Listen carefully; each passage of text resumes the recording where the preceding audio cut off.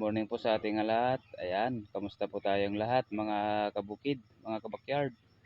Update po tayo dito sa ating tanim na kalabasa dahil medyo matagal-tagal na rin po tayo nga hindi po nakapag-video dahil busy po tayo mga kabakyard, mga kabukid. Ayan. Ito, patuloy pa rin nga namumulaklak yung ating tanim na kalabasa. Daming mga bulaklak mga kabukid.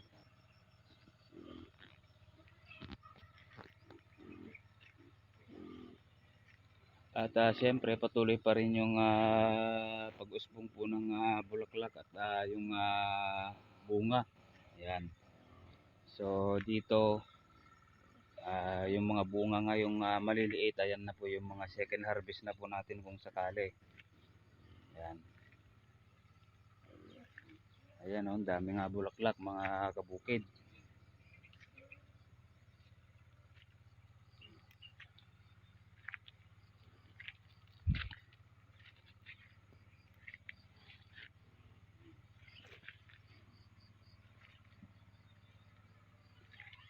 Dilaw na dilaw mga kabukid yung mga bulaklak nitong ating kalabasa.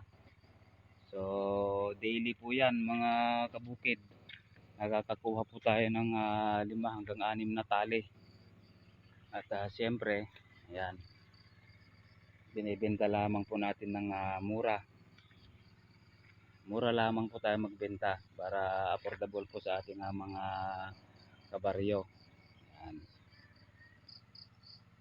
At ito po yung mabenta po sa atin ngayon yung bulaklak po ng kalabasa dahil tayo lamang po ang may tanim o tayo lamang po ang nagtitinda ngayong buwan na ito. Kaya ayan oh, daming bulaklak oh. Ayan.